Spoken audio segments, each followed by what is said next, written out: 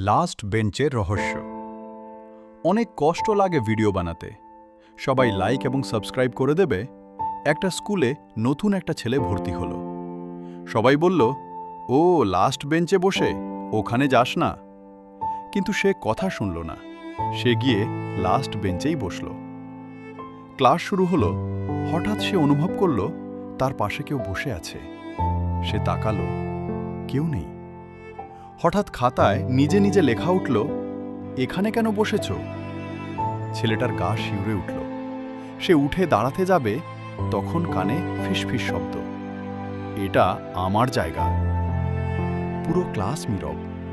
শিক্ষকও কিছু টের পাচ্ছেন না। হঠাৎ ব্ল্যাকবোর্ডে নিজে নিজে লেখা, কাল আবার আসিস। পরদিন থেকে ছেলেটা আর স্কুলেই আসেনি। মরাল, সব নিষেধের পেছনে একটা কারণ থাকে।